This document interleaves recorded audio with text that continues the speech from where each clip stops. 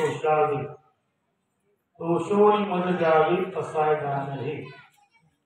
उपस्थित प्रभुप्रिय सज्जन आणि माता भगिनी, आज जो तुम्हा लोकांच्या चरणासेवेचा जो सुयोग आहे, ही प्रवचनवृत्ती सेवा काय निमित्तानं होत आहे सर्वांना कल्पना आहे। सालाबाद नियमाप्रमाणे स्वानंद सुख निवासी श्री संत रूपलाल महाराज यांची पादुका रथासह पालखी भगवंताच्या आषाढी वारीला जात असताना आज आपलं दुपारचा विसावा अनेक संतांच्या पदपर्शाने नाम चिंतनाने आणि वास्तव्याने पवित्र आणि पुनीत झालेले चिंचोली ग्राम आणि या ग्रामातील राहणारे सद्ग्रस्त विष्णुभाऊ बळीराम कोकाटे यांच्याकडे गेल्या 30 वर्षापासून चालू असलेला आपला दुपारचं जेवण आहे आणि त्या निमित्ताने वारसारीची प्रवचनवृत्ती सेवा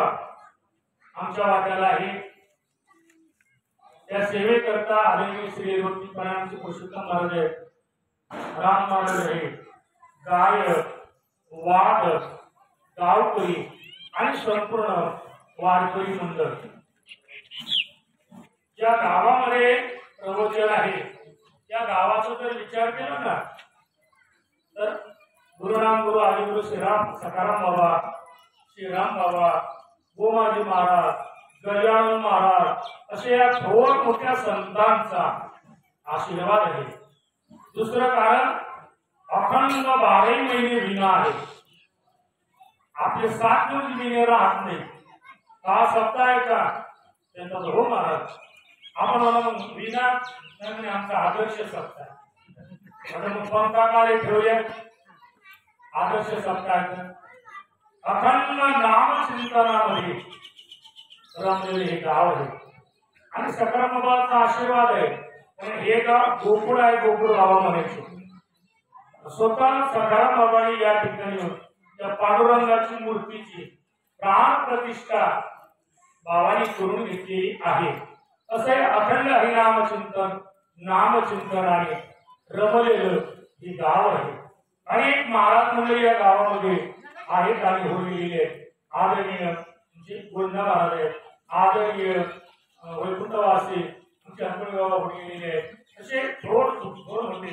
एक महाराज होते कोकाटचे बोलते ते शंकर महाराज, त्यांचा सप्ताह गौरी खेळला 15 दिवसाचं भागवत असायचं, नवरात्रामध्ये 15 दिवसाचं।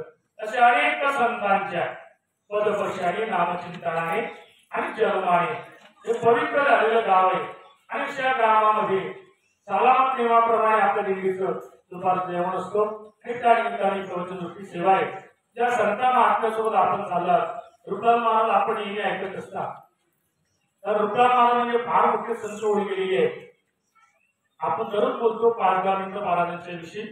जळगाव खानदेश मध्ये जामनेर तालुक्यामध्ये पौर या गावी महाराज अवतीर्ण झाले, कर्माची साम्य दशा झाली आणि निष्काम कर्मयोगी गाडगे महाराज त्यांना भेटले, ब्रह्मज्ञानाचा उपदेश केला, पानमळा होता त्यांचा, कायमची मोह सोडली, हिमालयामध्ये गेले, तपश्चर्या केली, तपश्चर्या फलद्रूप झाली, भगवत साक्षात्कार झाला, घरी आले, स्वतःच्या पत्नीला आई म्हणून हाका मारतो।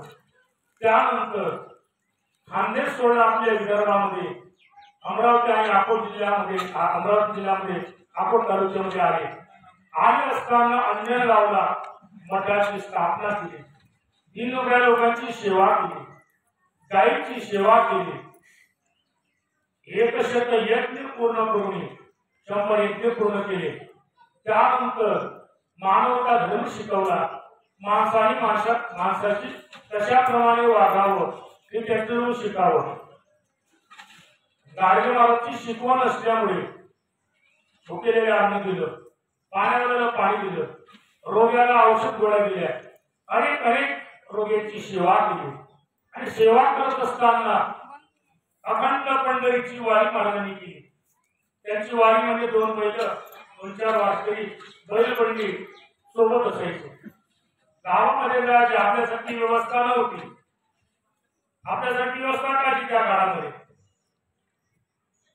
गावात यायचं, गाव घालून काढायचं, मोऱ्या साफ करायचे, मुक्काम करायचं, अगदी साधं गोपाला गोपाला देवकी नंदन गोपाला म्हणून कीर्तन करायचे आणि सर्व लोकांचं मन वेधून घ्यायचं आणि त्यांच्या उपदेशाचा परिणाम देखील लोकांवर व्हायचा.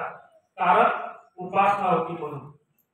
आणि उपासनेच्या मागे उपदेश असल्यामुळे सर्व लोकांमध्ये परिवर्तन झालेले आहे.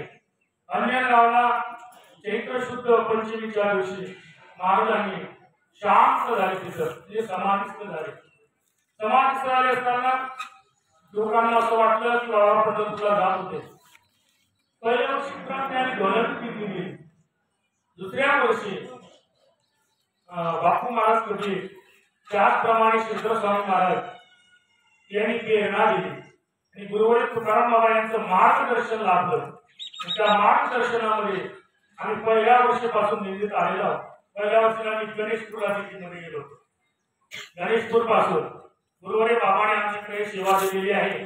त्या सेवेला आता जवळजवळ 30 वर्षे या वर्षीला पूर्ण होते आणि असे 30 वर्षाची सेवा समर्पित करत असताना पंढरपूर महावारीला आपण चालला. कारण पंढरपूर सारखं क्षेत्र नाही, चंद्रभागेसारखं तीर्थ नाही, पुंडलिकरायासारखी संत नाही, आणि नाम भोज देखील त्या प्रमाणे नाही.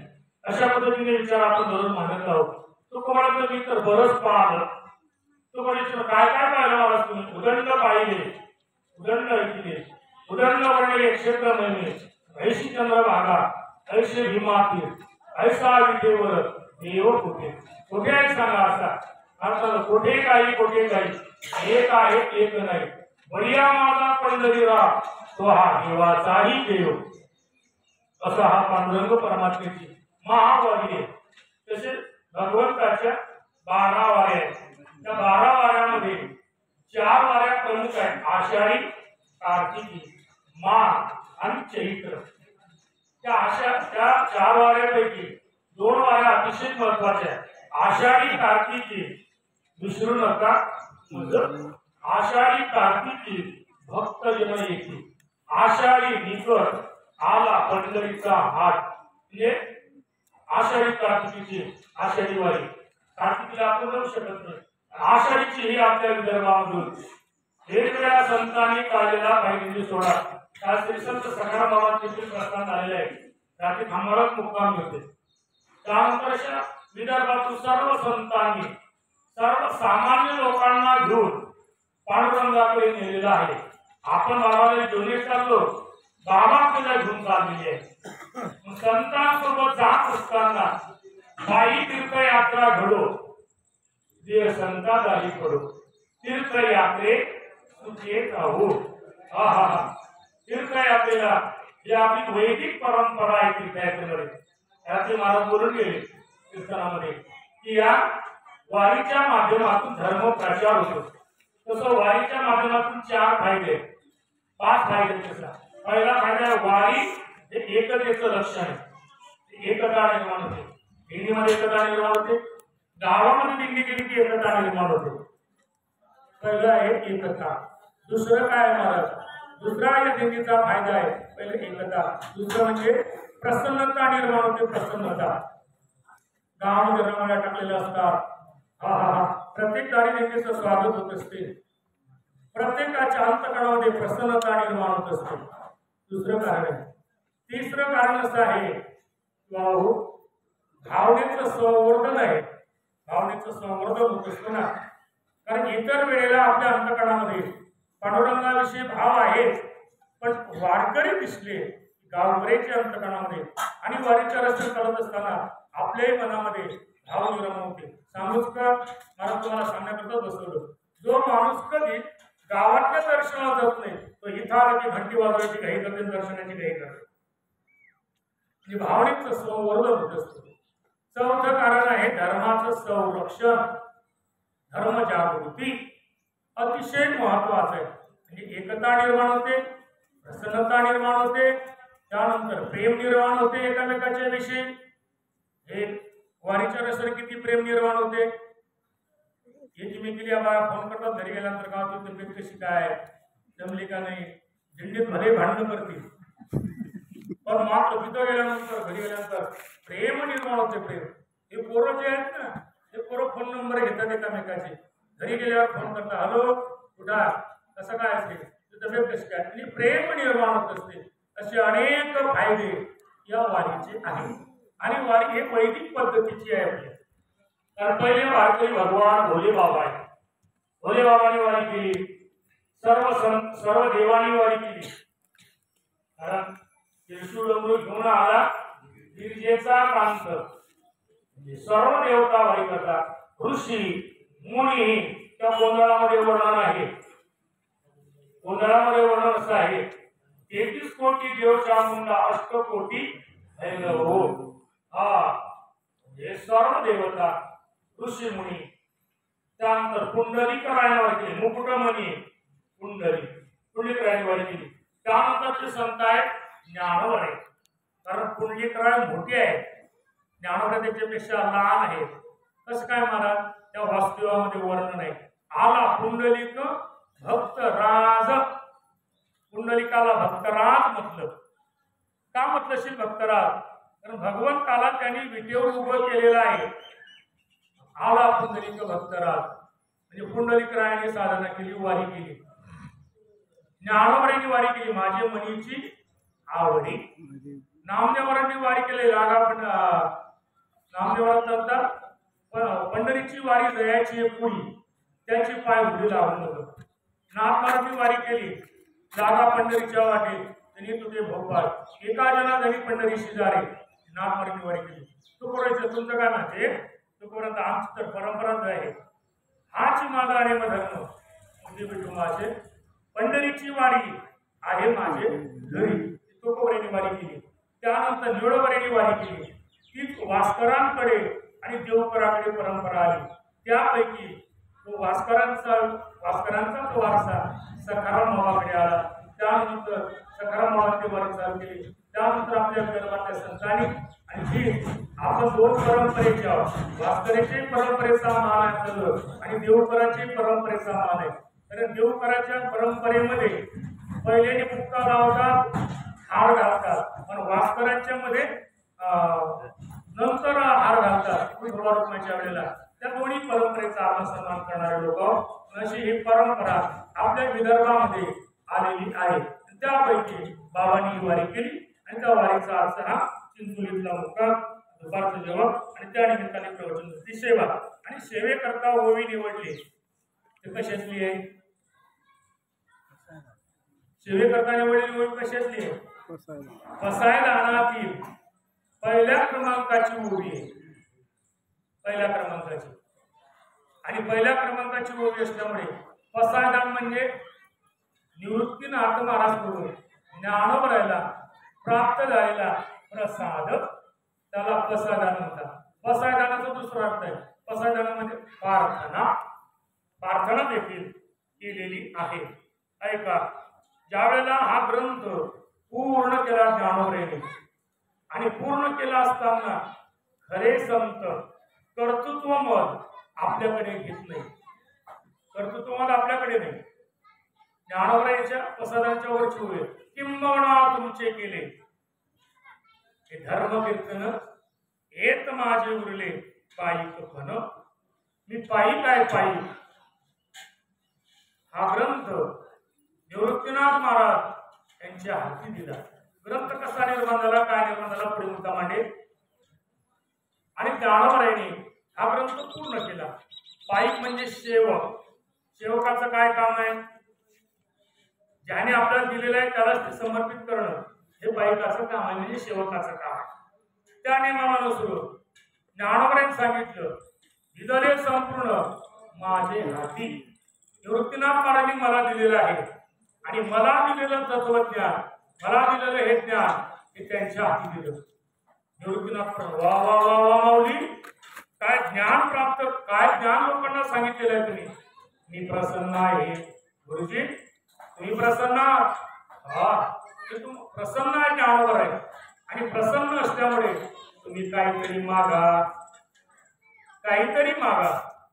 जीव हा स्वतः करता मागत असतो आणि संत दुसऱ्या करता मागत असतात. स्वतः करता जगतो त्याला जीव म्हणतात आणि समाजाकरता जगतात त्याला संत म्हणतात. जगाच्या कल्याण संसारिकाच्या विभूती. संसारिक तर आपल्याच करता आपलं जगतो फक्त, पण संत हे समाजाकरता जगत असतात. समाजाला जागवतात, शिकवतात आणि सांभाळतात. हे सर्व कार्य संत मात्र करतात. संतांचं सर्व कार्य समाजाकरता असतो, स्वतःकरता नसतो. स्वतःकरता मात्र त्याला जीव म्हणत असतात, पण समाजाकरता इतरांकरता मागतात त्याला संत म्हणत असतात. गुरुजी तुम्ही प्रसन्न हो, जाणवर आहे, मी प्रसन्न आहो, मला काय मागायचे मागा.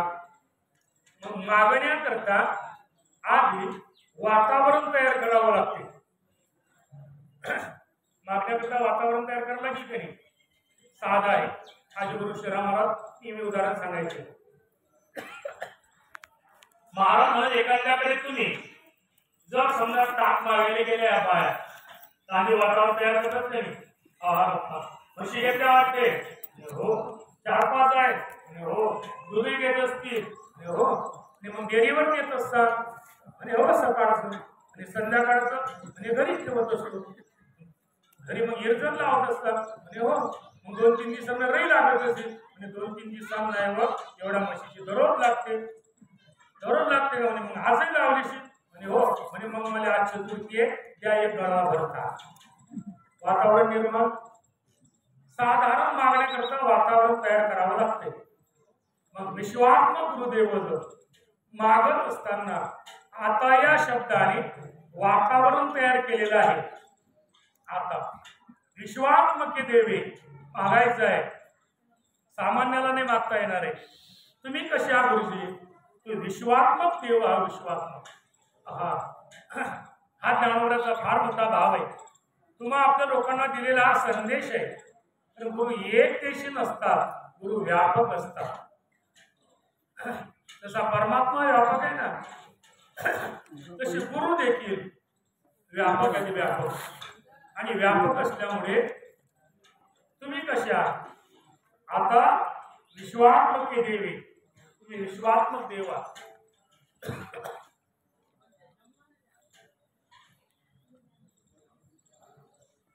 आता या शब्द मला बरोबर बोलता येणार आहे, तेवढं बोलणारच आम्ही आज. कारण आजपासून आपलं पसरगणावरती चिंतन होणार आहे.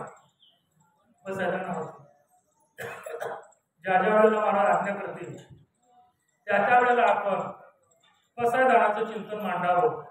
तसं आपण वेगवेगळे चिंतन मांडत असतो. मागच्या वर्षी आपण दया प्रिय देवतालया त्याच्यावर चिंतन मांडलेलं आहे. आता या दिंडीमध्ये एकामेकावर आम्ही चिंतन केलेलं आहे. 1 वर्ष सारासार विचारावर चिंतन केलं, 1 वर्ष पंढरीचं अवाशिष्टावर चिंतन केलं, 1 वर्ष भक्त समागमीवर चिंतन केलं. असे अनेक चिंतन आम्ही मांडत असताना आणि एक वारकऱ्यांना सांगणार मी, तुम्ही जर आम्हाला प्रतिसाद दिला ना, आम्ही दोन्ही महाराजाशिवाय आमच्या बुद्धीची घडीन जेवणारे महाराज होतो. नाहीतर आम्ही करतो ओटवट तुम्ही झाले बरोबर का डोळे लावून ऐकता का? म्हणजे हो म्हणे डोळे लावून ऐकायची सवय आहे. म्हणजे तू मानवीच्या जातीतला आहेस का? तिथं डोळे किती जाता मांजराची, तसं करू नका. असा प्रतिसाद श्रोत्यांनी द्यायचा. आपण घरं सोडलेली आहे, दारं सोडलेली आहे, पत्नी सोडलेली आहे, मुलं बाळा सोडलेली आहे, शेतीवाडी सोडलेली आहे. हे केवळ जेवणा करता नाही तर परमार्था करता. जेवण तर प्रत्येकाच्या घरी भेटते महाराज, एवढं चांगलं जेवण भेटते कारण मोदीनं प्रत्येकाच्या घरी आनंदाचा शिधावाटा पाठवलेलाच आहे. आता या जगतामध्ये उपाशी कोणी नाही आणि बिगर घराचं कोणी नाही. घर काही काळ आपल्याला बाया टाकता येत नाही, एवढे घराची कामं चालू आहे. चांगली गोष्ट आहे म्हणा, घर असावे पण त्या घरात माणसं असावे, सैतान नसावे. आता लोक घर बांधून आलेले, काही घर लय चांगले आहेत. त्या सोळकर मामाच्या भाषेत सांगू का, घर लय चांगले पण घरातले माणसं म्हणजे वानेरच सारे. काय काय कोण आहे बाबा, तसं करू नये. घरात माणसं असावे, ते माणसासारखे असावे, एकामेकाला प्रेम देणं असावे. पहिले घर लहान होते पण सर्व लोक घरात राहत होते. आता घर मोठा झालेले पण लोक घरात राहत नाही. पहिले घरामध्ये पंक्ती होत्या, आता पंक्ती बंद झाल्या. जाऊ द्या पत्रिकेविषयी मला असा भाव लोकांना सांगायचं आहे की तुम्ही फक्त वारकऱ्याने आम्हाला प्रतिसाद द्या. आम्ही दररोज कीर्तन करतो, दररोज प्रवचन करतो, हे केवळ तुमच्या करता करतो. आपण घरदार सोडलेले ते केवळ देवा करता सोडलेले आहे. 1 महिना देवासाठी घेऊन येतो, अवघा भोग केला, सर्व भोगाला लाट मारलेले. खाणं ते भरपूर आहे हो, इथलं खाणं पिणं आहे. आज आम्ही येताना 4 खेप नाश्ता झाला तो. एकाच ठिकाणी जिलबी झाली, एकाच ठिकाणी कचोऱ्या झाल्या, त्याच ठिकाणी पोटभर पोहेही झाले. सांगा पोहे नक्की का सोबतही आलेलं आहे. आता पिटक्या तयार आहे. काय आहे त्या रुद्राळ बाबांनी कधी निष्ठानाचं सेवन केलं नाही. आपल्या दररोज बाबा निष्ठान दिल्याशिवाय राहतो. ज्या बाबांनी कधी पैशाला हात लावला नाही, रुद्र महाराज किल्लेमध्ये कोणी पैसे दिले. ज्या महात्म्याने कधी नवे कपडे घातले नाही, रुद्र महाराज किल्लेमध्ये कपडे पुढे भेटणार आहेत, म्हणजे पोळ महाराजाला कपडे आणणार आहेत. त्यानंतर ज्या महात्म्याने कधी गाडी घोड्याला पैसे केलेला नाही, त्या महात्म्या सुद्धा 4 वाहन आहेत. 4 वाहन काय आता बाबांची कृपा झाली तर आम्ही गाडी घ्यायचा संकल्प करायला दसऱ्याला, की तीही गाडी पुढच्या वर्षी आपल्या सोबत राहणार. चला आपण तिकडे जायचं. आणि अशा पद्धतीने म्हणून जेवढं काय होत असेल तेवढं नामचिंतन, कारण नाम घेता वाट चाली यज्ञ. मी भजन करा असं म्हणणार नाही तुम्हाला, पण तुम्ही ज्ञानमात्र करून म्हणू शकता पद्धती. जवळजवळ आपले 21 पताके आहे, 2 ते गरुडावाले आहे, एक कसे असे 25-26 जण आहेत. कारण फिगर म्हणजे पाटापापडी चालते, पताकाच्या मागे फिगर कार्यकरी चालते, त्याच्या मागे आपली संस्कृतीकडे राहतात, त्याच्या मागे भजनी राहते, टाळ वाजवता येते. टाळ मला तो वाजते, फक्त आरामशीर वाजवायचा. टाळ फुटला तरी टाळावाला म्हणजे मला मी डबल वापस घेईन, तुम्हाला नवे टाळ देणार सांगा. एवढे लोक आहेत. कारण आम्ही काल टाळ हे केले आहे. चला आपण तिकडे जायचं, भजन करत गात जागा. तिथं जाऊन काय मागा संसारात आहे, प्रेम मागा. प्रेम देवाचे हे देणे, तेवढ्या करता आपण घरदार सोडलेलं आहे. नाम चिंतना करता, कार्य करता. हे लोक आपल्या जीवनात म्हणजे आपलं पुण्य घेतात. बरं, हे लोक आपल्या चहा आपलं पुण्य घेतात. ते लोक आपल्याला पार्लेची काय बिस्किट देतात. एवढा फराळी चिवडा येलाय पाहिजे, जवळजवळ 3-4 कट्टे येलाय. हे जमाने हा वाटून देता, मतलब पुढे आम्ही बरोबर वाटतो. इथे काही आम्ही ऐकत नाही, आमचे काही दुकान नाही, आमचे काही इतर वावर काही सारखं आमचं नाही. मला तर असं वाटतं पुढच्या वर्षी 500-500 रुपये वारकरी ठेवा, बरोबर. मग ते वारकरी आपले आता काही म्हातारे असे आहेत, ते वयस्कर आहेत म्हणजे काय सोयीस्कर नाही. काही म्हातारे वयस्कर आहेत आपल्या आता हे बाबा वयस्कर आहे, पण मात्र फार सोयीस्कर आहे. आमच्या भजन जीवनात ते भजन चालू करतात, त्यांचं भजन वेगळंच असते, मस्त असते. त्या वारकरी नाचतात त्या भजनामध्ये, मस्त गोंधळ म्हणतात, गवळणी म्हणतात. ते पण ते तिकडले आहेत चिखलदऱ्याच्या भागातले, म्हणजे आदिवासी भागातले, ते कसे भजन करतात. भजन चालू राहते बरं. कृष्ण महाराज सातत्याने भजन चालू राहते. गणेश महाराज, विजय महाराज काही प्रश्नच नाही. भजन म्हणजे भजन. पहिली मालिका, दुसरी मालिका, वासुदेव, आंधळे, कांगडे, खेडी, वाराचे अभंग, गौडणी, हरिपाठ, नाट, संत भारत. कारण आपण परंपरेचे आहोत ना, आणि परंपरेचेच भजन आपण करत असतो. चला मला तिकडे जायचं. अशा पद्धतीने बाबांसोबत आपण जात असताना तुम्ही वारकऱ्यांनी जर आम्हाला प्रतिसाद दिला तर आम्ही देखील पसायदानावरती चिंतन मांडण्याचा अतोना प्रयत्न करणार आहोत. त्या अनुषंगाने आता पसायदानाची सुरुवात आता या शब्दावरून आहे. आता म्हणजे कधी मनुष्य जोडामध्ये आला म्हणून आता, सेवा झाली म्हणून आता, तुम्ही मागा म्हणता म्हणून आता. मी मागणार आहोत. आता अनेक ठिकाणी वाङ्मयामध्ये आता शब्द, आता हृदया फुले, आता तरी पुढे हाची उपदेश.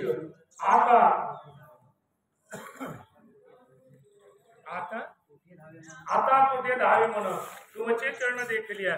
त्या नाटामध्ये देखील बरेच प्रमाण आतावर आलेले आहे. आता माझ्या भावा अंतराय नको देवा.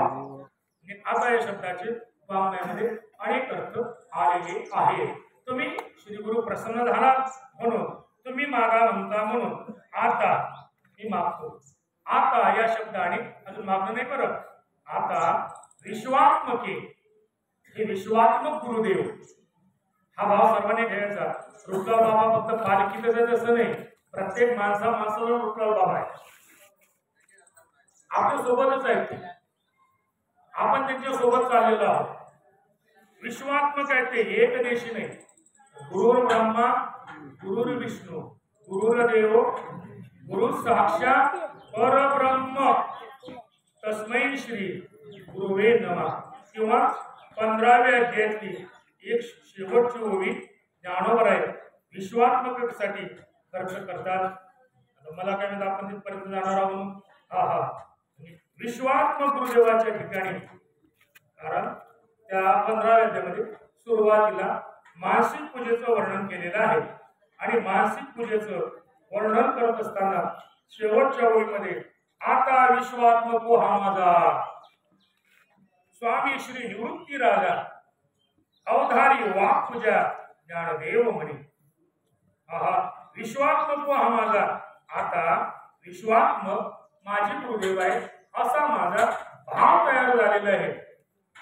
प्रत्येकाचा गुरुच्या विषयी असा भाव असावा. तो श्लोक आपण गुरुर् ब्रह्मा गुरुर् विष्णू गुरुर्देव महेश गुरु साक्षात परब्रह्म. आणि परब्रह्म हे एक देशी नसतो, परब्रह्म हे सर्व देशी असतो. गुरु हा संत पुरुषा राजा, गुरु हा प्राणविसावा, गुरु देव नाही तुझा पाचा तीन तीन त्रिभुवने. आणि त्याच्यामध्ये असे प्रमाण आलेले आहेत. चला, विश्वात्मक गुरुदेव, विश्वात्मक गुरुदेव, तुम्ही माझ्या वाघ यज्ञाने प्रसन्न झाला. येणे वाघ यज्ञ दोषाने, तुम्ही माझ्या वाघ यज्ञानं प्रसन्न झाले. वाघ यज्ञ, वाघ यज्ञ म्हणजे हा वाचेचा यज्ञ. आता यज्ञाचे प्रकार आहेत, किती प्रकार आहेत? द्रव्य यज्ञ आहे, त्यानंतर असे द्रव्य यज्ञ, तपोयज्ञ, योग यज्ञ, तथापरी 4थ्या अध्यायामध्ये हे वर्णन आलेलं आहे यज्ञाचं देखील. हे 4 प्रकारचे यज्ञ तिथं वर्णन. द्रव्य यज्ञ आहे, तपोयज्ञ आहे, योग यज्ञ आहे, ज्ञान यज्ञ आहे, स्वाध्याय यज्ञ आहे आणि तो वाघ यज्ञ. द्रव्य यज्ञ कशाला म्हणतात? द्रव्य संच करावा आणि संच करून तो इतर ठिकाणी खर्च करावा असं नाही सांगितलं. द्रव्य जोडून या धन उदास विचारे वेच करी धन जोडावं आणि जोडलेलं धन उदास वृत्तीनं परमार्थामध्ये खर्ची करावं. हा द्रव्य यज्ञ. बळीराम भाऊ पासून यांच्याकडे प्रतिवर्षीप्रमाणे वारकऱ्या करता हा द्रव्य यज्ञ आहे. बरं, होणी परंपरा चालवली, त्यानंतर त्यांचे मुलगा विष्णू हे देखील परंपरा चालवतात. हे गावात आता परंपरे सप्ते परंपरेचे आहे. इथं सप्ते परंपरेचे आहे, पंथा परंपरेचे आहे, दिंड्या परंपरेचे आहे, सर्व परंपरेचंच आहे. मी तर म्हणतो या गावकऱ्यांनी कधीतरी पांडुरंगाच्या समोर उभं राहावं. त्याला सांगा, हे पांडुरंगा, ही जी तुझी सेवा आहे ना, आमच्या वाडवडिलाची सेवा आहे, माझ्या वडिलाची वंश परंपरा दासमी अंकिता. वडील भाऊनी जय मोठ्या निष्ठेनं परंपरा चालवली वा इथली. कारण त्या काळामध्ये फार व्यवस्था देखील नव्हती, पण त्याची अवस्था होती. वारकऱ्यांची लय मोठी त्यांनी सेवा केली आणि भगवत स्वरूपापर्यंत पोहोचले. असं वाटलं मग बळीराम भाऊ गेल्यानंतर बहुतेक विष्णू काही घेणार नाही, पण त्यांनी सांगितलं नाही, बाबा तरी गेले असतील, बाबांनी परंपरा जर चालू केली तरी मात्र मी हे परंपरा महाराज चालू देणार. हा त्यांच्याकडे प्रतिवर्षाप्रमाणे द्रव्य यज्ञ आहे. द्रव्य यज्ञ असल्यामुळे म्हणून द्रव्य यज्ञाला म्हणत असतात धन जोडावं आणि जोडलेलं धन उदास वृत्तीनं परमार्थामध्ये खर्च करा. द्रव्य यज्ञ एक द्रव्य यज्ञ म्हणते, एक तप सामुग्रीने पूजे, एक योगायोगा हाते हे सांगितले. असे अनेक यज्ञ, द्रव्य यज्ञ. तपोयज्ञ, या शरीराने तपश्चर्या करणं त्याला तपोयज्ञ म्हणतात. आणि हा तपोयज्ञ वारकऱ्याला घडतो. तर वारीच्या रस्त्याने तप घडते. बरं, किती प्रकारचं? काही वाचिक आणि मानसिक. कायिक म्हणजे आपण रस्त्याने चालतो, वाचिक म्हणजे नामचिंतन करतो, मानसिक म्हणून करतो. आणि तिन्ही प्रकारची सेवा वारीच्या रस्त्यानं हा तपोयज्ञ आहे. योग यज्ञ योगाधिक साधन. योग म्हणजे परमात्म्याला, योग शब्दामध्ये युंज धातू आहे. युंज म्हणजे जोडणे, परमात्म्याला आपल्याला जोडणे, त्याला योग यज्ञ म्हणतात. आणि हे वाक यज्ञ, स्वाध्याय यज्ञ. स्वाध्याय यज्ञ म्हणजे सातत्यानं सत्ग्रंथाचं वाचन करणं, सत्ग्रंथाचं चिंतन करणं, चांगल्या ग्रंथाचं मनन करणं, चांगल्या ग्रंथावरती चिंतन ऐकणं, हा वाक स्वाध्याय यज्ञ. आणि ज्ञानेश्वरी हा वाक यज्ञ. ज्ञानोबराय म्हणतात येणे वाघ यज्ञ तोषावे. तुम्ही या वाघ यज्ञाने प्रसन्न झाला काय आता याच्या पुढे बोलू का? कारण शिष्याने असं बोलावं की त्या बोलण्यामध्ये गुरुजीला आनंद वाटला पाहिजे. भक्ताने अशी सेवा करावी भगवंताला आनंद वाटला पाहिजे. पतिव्रतामध्ये अशी सेवा करावी की आपल्या मालकाला आवडली पाहिजे. शिष्याने अशी सेवा करावी की ते गुरुला आवडली पाहिजे. आणि त्याला वाघ यज्ञ म्हणतात. वाघ यज्ञांची प्रसन्न गुरुजी हा वाघ यज्ञांनी प्रसन्न आहे. कारण मी प्रार्थना नाही करत. प्रार्थनेचं मागणी असल्यामुळे काही लोक मागत असतात तर त्याच्यामध्ये प्रार्थना नसते, काही त्याच्यामध्ये मागणं असते, काही याच्यामध्ये प्रार्थनाही असते आणि मागणे देखील असते. आता प्रार्थनामध्ये की त्या प्रार्थनेमध्ये मागण्यामध्ये प्रकार पडतात. तमगुणाची प्रार्थना वेगळी आहे, रजगुणाची प्रार्थना वेगळी आहे मागणी. त्यानंतर सत्वगुणाची मागणी वेगळीच आहे. एका मागणीमधून आपल्याला जायचं. तमगुणाची मागणी आपले विलेकरी बाबा आहेत का नाही, तिने सत्वर पावले मला भवानी आई रोडगा बाईनं तुला सासरा माझा गावी गेला तिकडेच खपली त्याला. म्हणजे दुसऱ्याचं आणि आपलं हित नाही झालं तर दुसऱ्याचं आणि झालं पाहिजे. ही देखील देवीकडे तामस प्रार्थना करून मागणी आहे. सासू माझी बरोबर काय असते त्याप्रमाणे सासू माझी जाच करते, नंतरचे पुढं किरकिर करतात, तेव्हा जनाबाईची कामं कुणाची मागणी आहे बा. खंडेराया तुझं घरी ते मरू गेले सासू, सासरा मेल्या कुठला असला मरू गेले सासू. ही तमगुणाचीच आहे. म्हणजे आपलं हित नाही त्याच्यामध्ये, दुसऱ्याचं एकटीच राहू दे, एकटीच राहू द्या पायापाशी. ही तमगुणाची मागणी. रजगुणाची मागणी करत असताना आपलं हित आहे पण समाजाचं त्याच्यामध्ये अनिहित आहे, त्याला देखील रजगुणाची. जसं माशी आहे, माशी आपण आधी केळवी पुढे लाभ आणखी नवी एका नवी पंगत दुसरी पंगत. आता पंक्ती आहे पुढे लय मासे येणार आहेत. आता माशा कमी आहेत पाणी नसल्यामुळे. माशी आणि माशी म्हणे भाई तुम्ही जेवणार म्हणून तुम्ही जेवसा आणि मला पचत नाही मग आम्हाला जेव द्या. तुम्ही जेवता ते आम्हाला सहन होत नाही. त्या माशीने विचारलं तू काय करशील? मी म्हणे शेवटच्या घासात जाणार आणि तू मरशील ना आणि मी मेली तरी चालेल पण तुम्ही ओळखले पाहिजे. लाईट निघून गेली, दिवे लावला, दिवा रॉकेल करा आलीच दिवाला. रॉकेल पण बंद केलं. कृष्णभाऊ माहिती का तुम्हाला महाराज? ह्या बाया त्या रॉकेलवर रागात जात होत्या म्हणून मुलीनं पहिल्यांदा रॉकेल बंद केलं. नंतर मग या लाडक्या बहिणी झाल्या. पण रॉकेल बंद केलं त्यानं, कारण या राग आला की पहिला रॉकेल आणत होते, रॉकेलच घेत होत्या. त्यांनी रॉकेल बंद केलं. आता लाईट गेली, दिवा लावला दिवा. एक फकडी आली, बाई तुम्ही घरी जा आणि तुम्ही उद्या काय सांगणार? तू काय करशील? आणि मी दिवस जळत झाली आणि तू मारशील ना आणि मी मेली तरी झाली तर तुम्ही होणार राहिले पाहिजे. आपण ती जोडी नागवी जगाची जोडी पतंग जायचा सरी दीपाची ने हे तमगुणाचे लोक आहे, रजगुणाचे लोक आहेत. त्यानंतर सत्वगुणाची मागणी करत असताना ज्ञानोदय मागणी करत असताना बऱ्याच झालं आता विश्वात्मके देव येणे वागिद्य तोषावे. वागिद्याने प्रसाद तोषोणी मज द्यावे. तुम्ही प्रसन्न मला द्या, मला तोषोणी मज द्यावे. पसायदान हे पसायदान मला द्या. काय मागितलं अशी? मला पसायदान तुम्ही द्या, प्रसाद द्या, तुमची इच्छा आहे म्हणून द्या.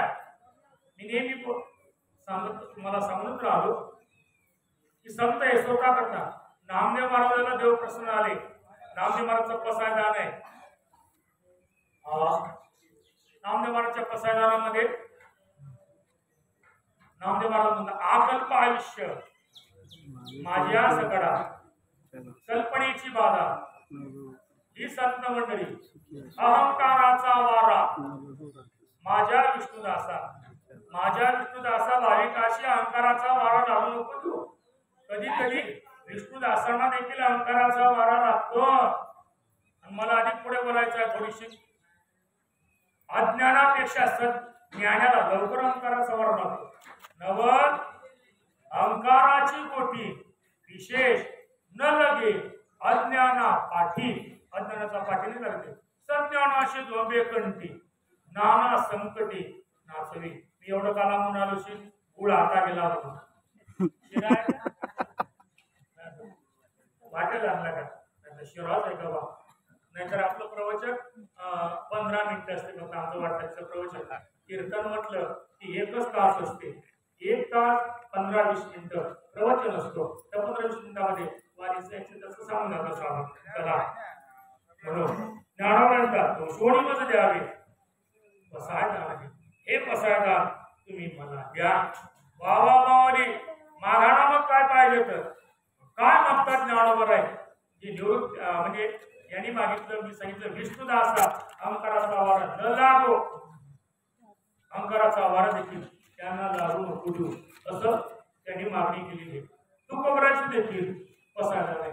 सर्व संतांचे पसायदान आहेत. त्यामुळे ज्ञानोबराचे पसायदान असताना सोडीमध्ये द्यावे. प्रसन्न होऊन मला तुम्ही पसायदान हे द्या म्हणजे काय द्या त्याचा विचार पुढच्या प्रवचनामध्ये होणार आहे. आजचं प्रवचन या ठिकाणी पूर्ण केला. कुंडली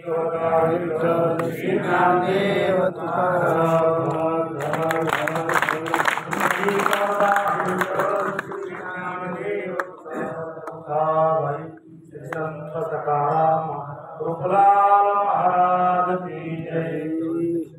जेवण झालं निघायचं इकडे तिकडे म्हणून भटकू नका जाऊ नका. कारण आपलं आता लवकर होतं पण पुढे आपल्याला 16 किलोमीटर चालायचं आहे. त्यामुळे इकडे तिकडे नाही जायचं. 16 किलोमीटर हायवेवर 4 अजिबात काळजी करू नका.